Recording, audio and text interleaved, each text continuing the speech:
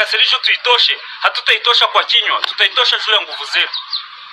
Nguvu zetu ndio zenye zitaacha hii Trakaseri tunaitosha.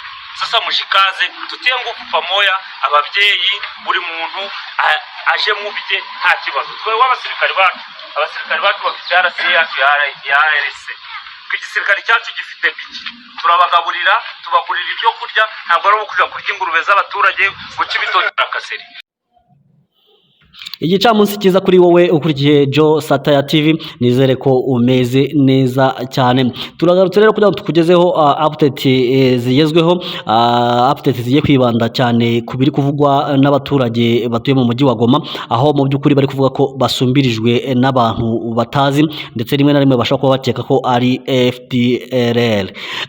Abaturage bajya batandukanye bo mu mujyi wa Goma bagiye babwiye itangazamakuru ko mu by'ukuri bahangayikishijwe cyane ni n'abantu batazi bari kubona mu mujyi wa Goma, bakaba batekereza ko ashobora kuba ari bamwe mu bahoze mu gisirikare cya FARDC bihishe, ndetse cyangwa se akaba ari Wazalendo cyangwa se FDLR, kuko bari kugenda babona amasura y'abantu batazi. Bakaba bari gusaba ko mu by'ukuri hakwiriye kubaho gusaka inzu ku nzu, umuryango ku muryango, kugira ngo mu by'ukuri hamenyekane abantu bari kugaragara mu mujyi wa Goma ndetse ni bantu ki.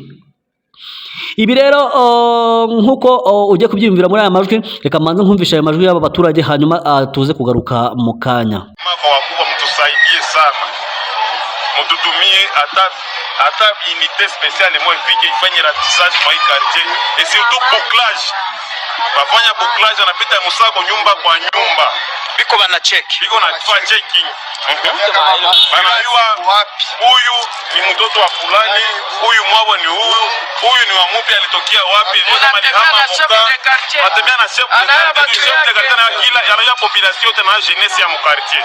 Na gisi tuko mu quartier tunakuwa mu quartier tunayuana. Ndio tunayuana kwa infiltre kwa infiltre watu wakimbiza wanaweza kuwa wale wakimbiza hatuye nia mkimbizi, hatuna certitude hatuye nia na mkimbiza panatoka. C'est ça le problème tuko nao katika mu quartier. Asante. Saidie kabisa na unité de spéciale kwa quartier Kasika. Iko danger.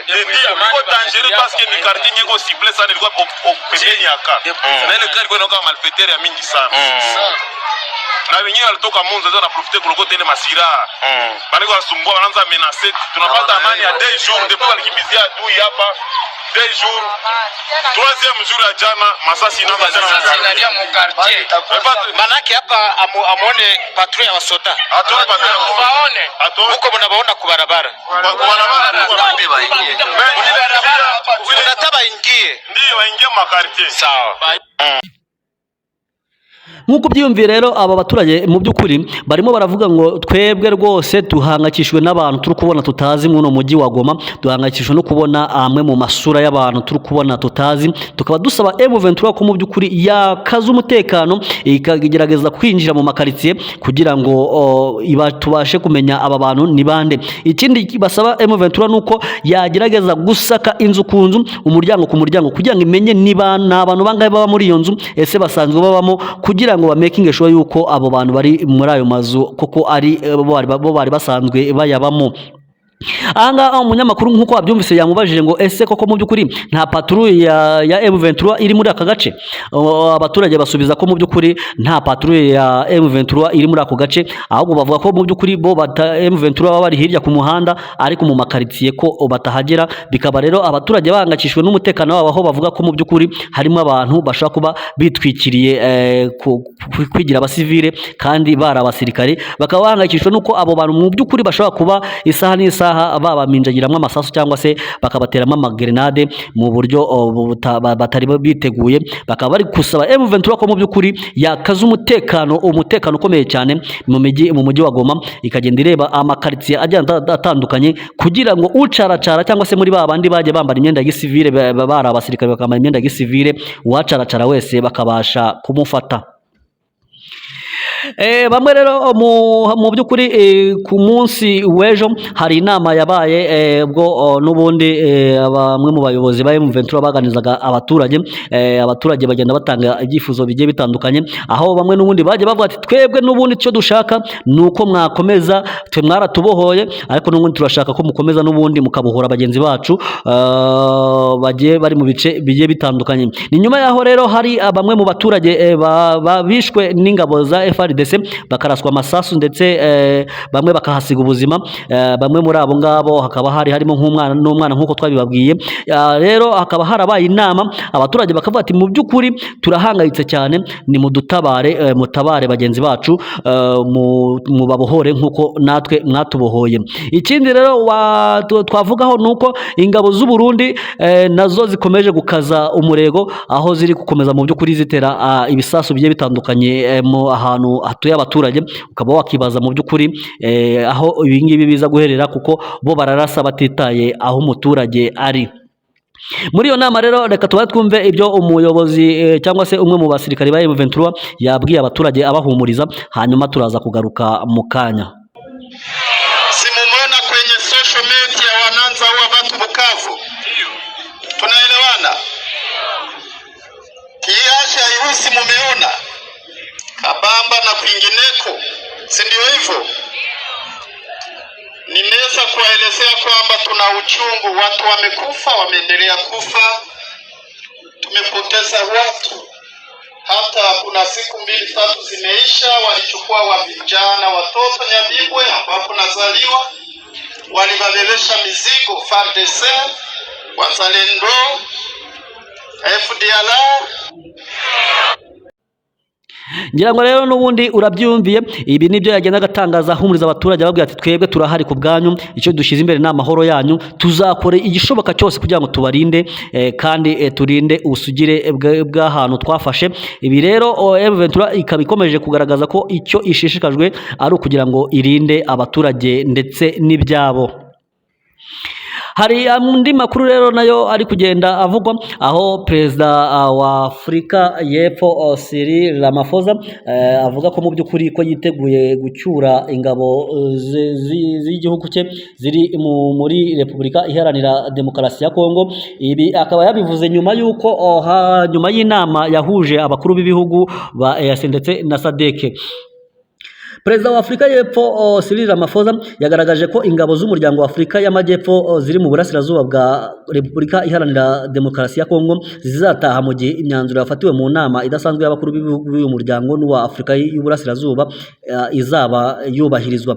Abanyapolitike bo muri Afurika y'Epfo bakomeje kotsa igitutu uyu mukuru w'igihugu nyuma yaho abasirikari 14 bo muri Afurika y'Epfo bapfiriye mu mirwano bari bahanganyemo n'umutwe wa M23 urwanya leta ya Kongo, bamusaba gukurayo abasigaye.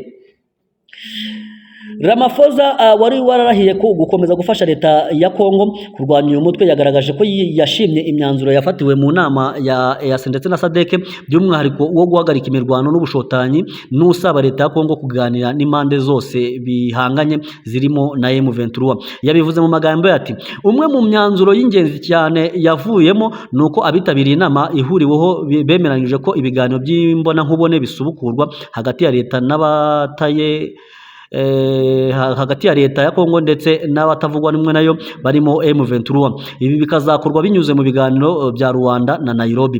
Uyu mukuru w'igihugu rero cya Afurika y'Epfo yasobanuye ko imyanzuro yafatiwe mu nama ya EAC ndetse na SADC yabereye Dar es Salaam muri Tanzania tariki ya 8 Gashyantare ari ingamba shingiro zirema icyizere kiganisha ku mahoro arambye muri Repubulika Iharanira Demokarasi ya Kongo. Yagaragaje ko iyi myanzuro ariyo izatuma ingabo za Afurika y'Epfo iza Tanzania n'iza Malawi ziri muri Repubulika Iharanira Demokarasi ya Kongo zitaha, hashingiwe kuri iki cyizere cy'uko uburasirazuba bwa Kongo buzongera kubona amahoro. Yagize ati imyanzuro yafatiwe muri iyi nama ihuriweho n'ingamba shingiro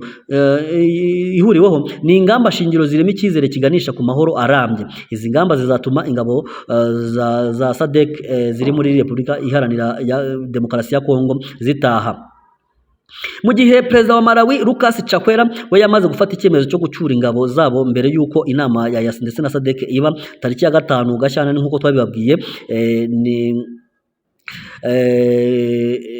tariki ya 5 Gashyantare 2025 Ramaphosa nawe yatangarije abanyafrika y'Epfo ko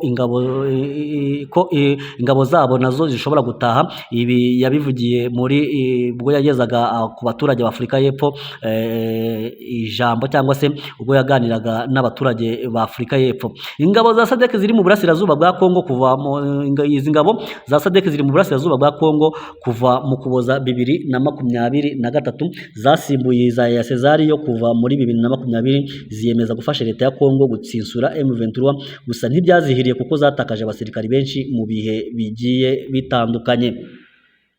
Iyo rero yari update yo kuri iki gicamunsi. Nizere ko urakomeza kubana natwe. Wowe utarakora subscribe uyikore, udutere iyo nkunga rwose kugira ngo tukomeze kubana namwe tugenda tuzamura umuryango wa Joe Sataya TV. Nizere ko rero mukomeje kugira ibihe byiza. Indi sango naho mu kanya kari imbere.